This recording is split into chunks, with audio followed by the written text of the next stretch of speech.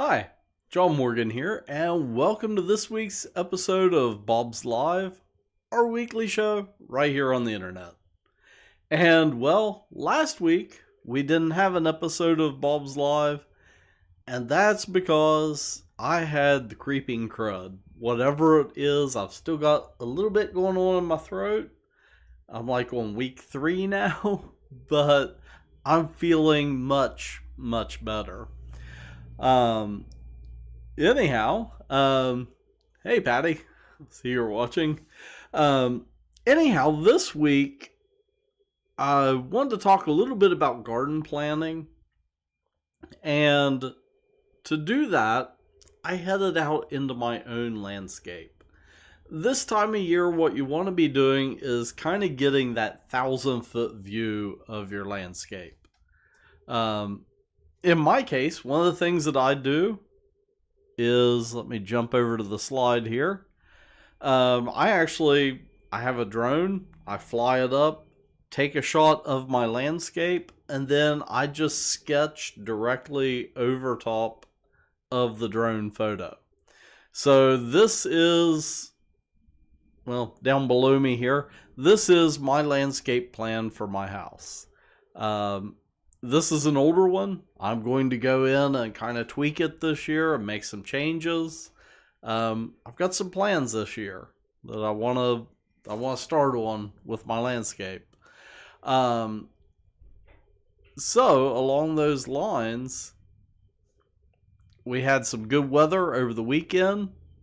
I headed outside and just sat down and took some notes. And for me, I recorded it for you, so I also have my notes in video form. But let's head out to my landscape and take a look around.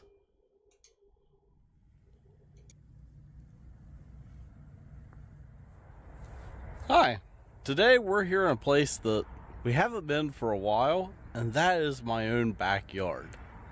So this time of year, as you can see behind me, we still have some snow on the ground, but it's a nice sunny day out. So I thought today would be an excellent time to get out here in the landscape and start doing some early planning for the spring ahead. So first off, let's go check out my raised beds. As many of you know, over the last couple years, I was taking care of my dad, and I didn't raise a garden. And as a result, my garden just became completely overgrown. So over the winter, I have slowly, bit by bit, chipped away at it. And I have all the beds cleared out. The next big thing that I need to tackle is the mulch. So I've stripped away this little bit of mulch right here, but I still have the rest of it to do. And I knew it was a mistake when I did it, but I put down ground cloth. And really, I hate using ground cloth because what happens is you cover it with mulch, then weeds grow down through it, and then you're left with a mess. Something that I might attempt to do is a method that I actually saw recently online, where a person had raised beds like this, and what they did is they used wood planking. So it was old rough sawn lumber, and they kind of made planked flooring around the raised beds.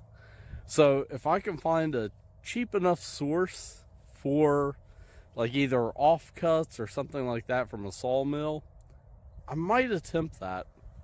It was a really genius idea.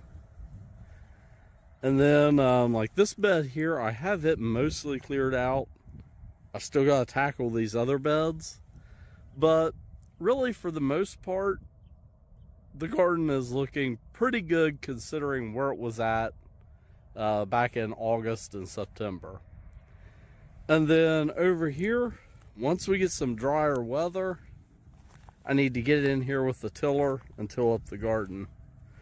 Right now, I can hear it squishing under me, but like right there, you can see that it's still pretty muddy.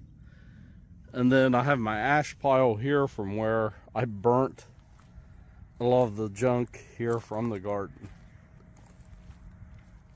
So the next area that I need to tackle here is my wildflower area. The last couple years, it just sort of did its own thing.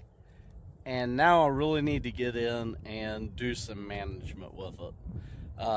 I just finished buying some seeds that's going to go in here. All together, a little over a half pound of seeds. And I've got some plans as far as doing specific areas within this wildflower patch. I would also like to get a large shipment of mulch so I could create some pathways and then also kind of outline the area to define it a little bit better. But really, what I want to do is take the idea of this wildflower patch and move it to other areas here in my landscape. So one of those areas I'd like to address and dress up a little bit is right here where the paths start going into the meadow. Now it's kind of hard to see right now because I mowed down my meadow garden back in fall. What that does is it just kind of helps it regenerate and you get much better grass growth in the springtime.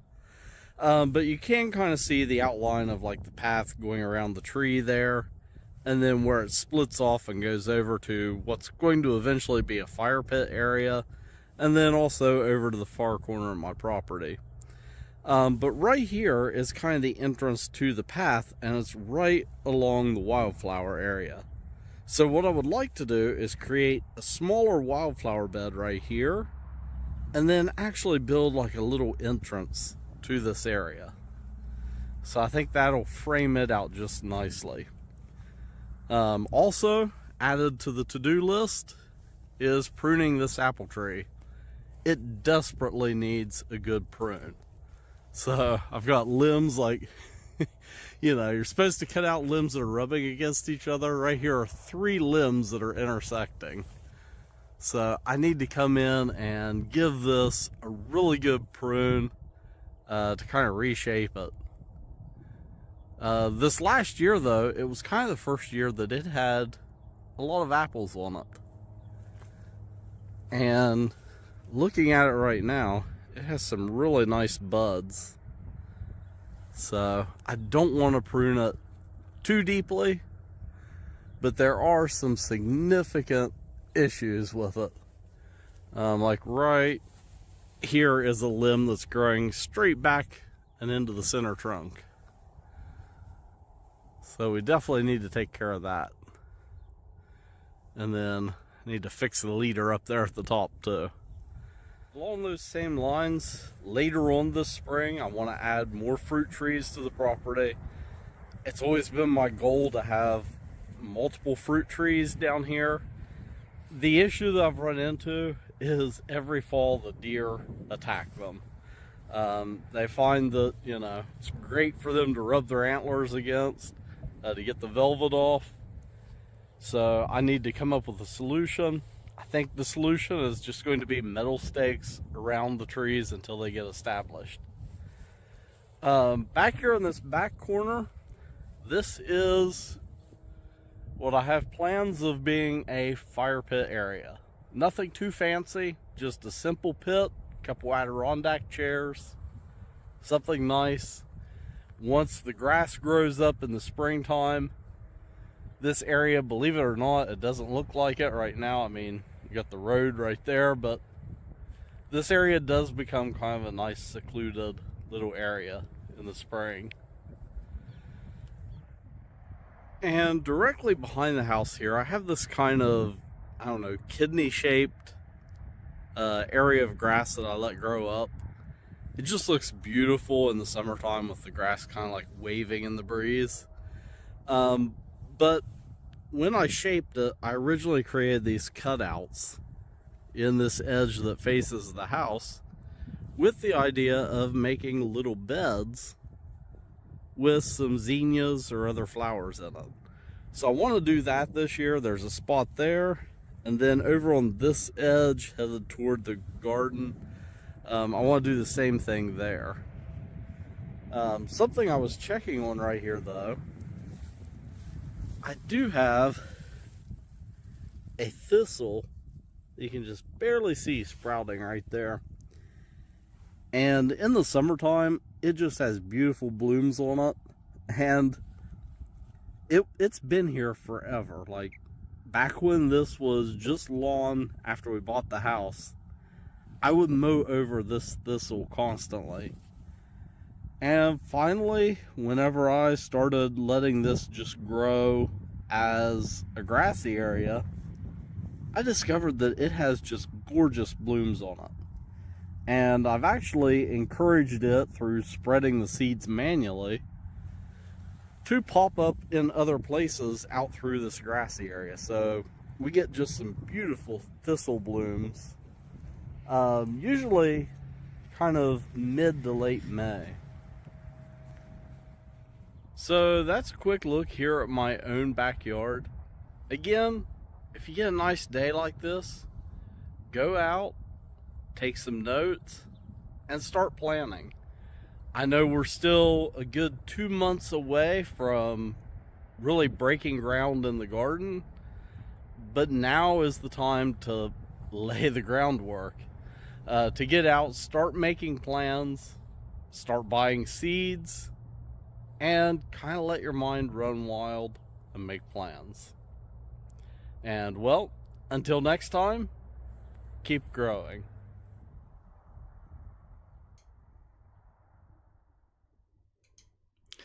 So, as I said, now is a great time to get out in your landscape and kind of do some reconnoitering.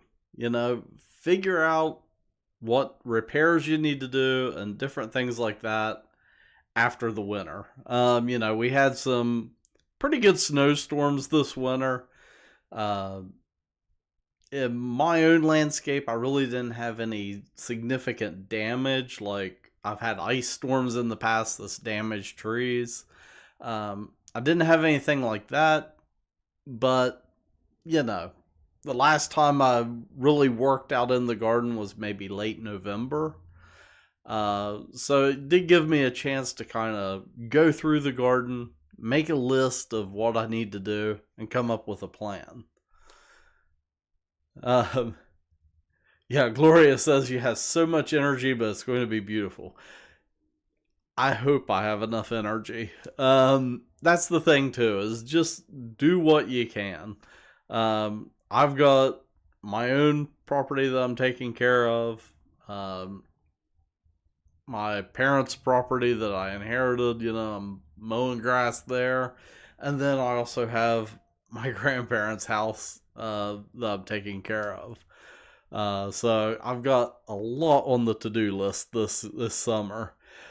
But like I was saying, get out right now while the weather's nice. We've got some white patches popping up here behind me because I should have pulled down the blinds before I started. But it's shining. The sun is coming through and shining onto the green screen. And it's kind of messing it up. But right now is perfect weather to be getting outside. Let me jump over and we'll take a look at the weather. And I've been talking and the weather app closed on me, so let me get it open. Right now it's 62 degrees outside. It is sunny. Like, compared to the weather we've been having, it's a blooming heat wave outside.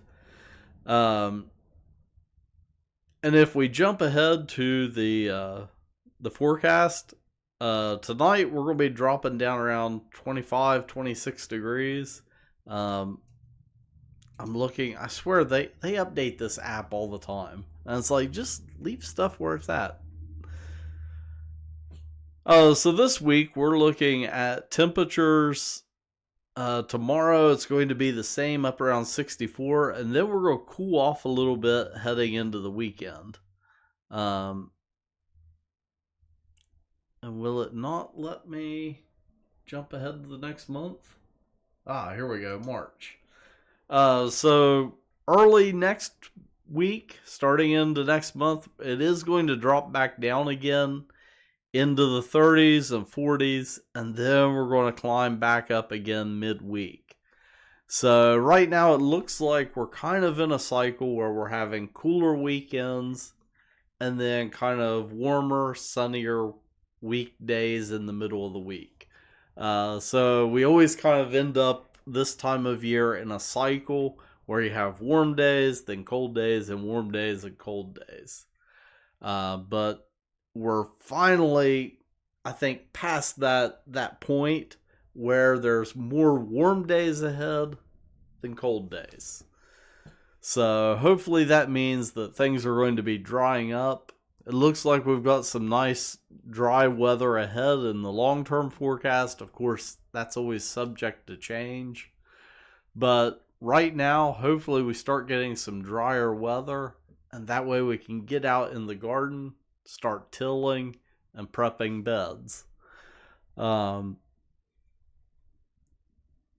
And of course, going along with the weather, we have our podcast, the Keep Growing Podcast.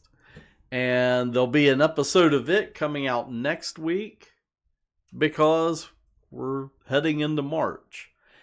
And this time of year, because, we're not out every day in the garden, I'm just doing a once monthly episode.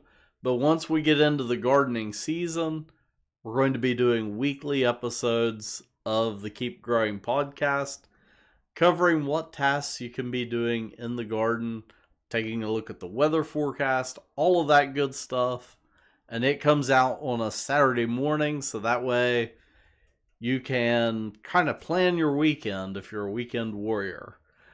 So if you're not subscribed to the podcast, head over and check it out. Of course, you can find it over on our website. And then also the podcast is available on all the podcast platforms. So Spotify, Amazon, Apple, YouTube Music, and then also iHeartRadio, and then a ton of other places. But also you can find it over on our website at bobsmarket.com/keepgrowing. And if you tried to visit our website last week, you would have noticed that there was a lock page for a couple days. And that's because while I was sick and I couldn't do this episode and record videos, I was like, hey, it's a great time to update the website. So I kind of hunkered down here in the office, cranked up the heat, and just started coding and working on the website. So let's jump over and take a look at it, because it looks significantly different. We are running a whole new back end for the website. And it's bobsmarket.com, but I've kind of simplified the layout of the homepage. So we've got kind of our four main things that we cover. We've got Bob's Blog, Karina's Kitchen, Bob's Live, which is the current episode is up right there. And then also the Almanac, Uncle Jim's Almanac. So we'll be having the March Almanac. It'll be posted later this week. And then along with that, the podcast episode will be coming out next week. And then down here we have the podcast and the previous episode of it. And then good old wholesale stuff for our wholesale customers. But some of the changes that I've made on the website are more functional, and it's better geared toward mobile phones now. So if you're accessing our website through a phone, the layout should function a lot better. This new system gives me a way to actually edit phone layouts. Before it would just kind of try to squeeze everything and make it work. And now I can actually tailor the phone layout versus a desktop layout. But also, we're going through kind of reorganizing stuff here on the website. So we have locations, the how-to section, of course, wholesale section for our wholesale customers. And then there's a more drop down, and a lot of stuff has moved to the more section. So about us, educational outreach, employment, events, the weather center, different things like that. And then we have the gift card section. Something else that I'm working on right now, actually just got the paperwork for it, is our plant listing. So here in the next few weeks, we're going to have the Our Plants section up on the website, where you can go through and see pictures of most of the plants. I tried to get like 80-90% of them. Sometimes there's just not images available for the plants, which is surprising. But sometimes if it's a newer variety, they might not have a stock image available. So, enough about the website. Let's head out to the greenhouse and see what's happening out there. I've got to find my mouse. There it is. So yeah, the last thing that I want to do today is take a look at what's happening out in the greenhouse. And for today, I headed back to a place that we were at back at the beginning of February, just to show you how it has changed in the last few weeks. So let's head out to the greenhouse and take a look at what's happening out there.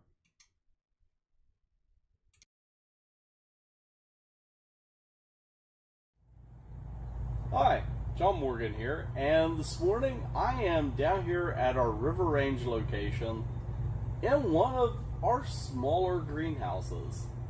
And in here, we're growing 4.5-inch pots of verbena and petunias and calibrachoa.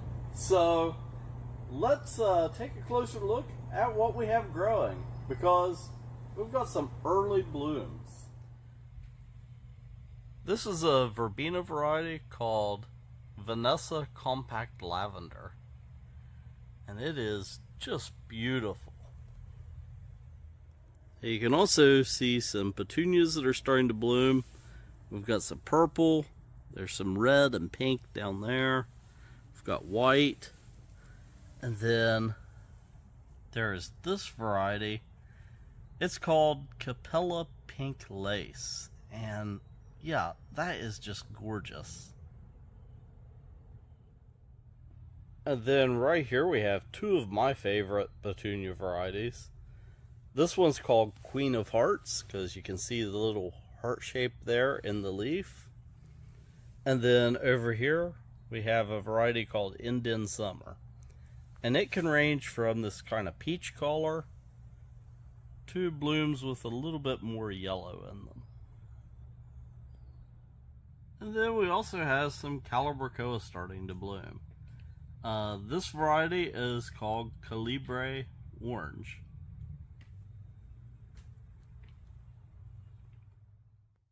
A few weeks ago, we were right here in the same spot in this greenhouse, and there were baskets on the floor. Now those baskets have been moved up to the ceiling to make more room for crops down here. So let's climb up there and take a look. So it's a little hard to get a view up here on a ladder, but as you can see, the baskets are filling out beautifully. You can see how the collars are mixing together, and they are just gorgeous. So this one, it has a nice little pinkish calibrachoa, a yellow calibrachoa, and then some verbena collar. It's not blooming yet. Oh, and the sun's coming out, and there goes the roof vents opening.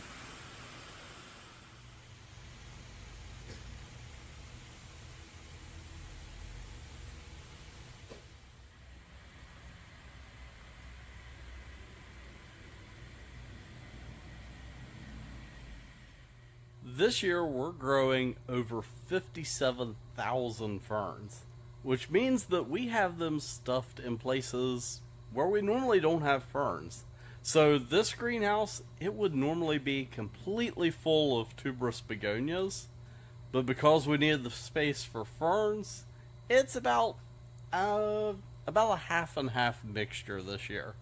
But let's take a look at some of the begonias that are just barely starting to pop out blooms. So this early on in the season, we're just starting to see little pops of colors out of the begonia baskets.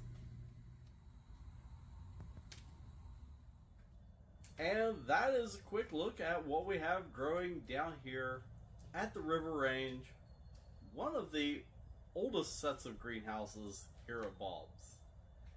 And for this and other updates, check out our website at bobsmarket.com.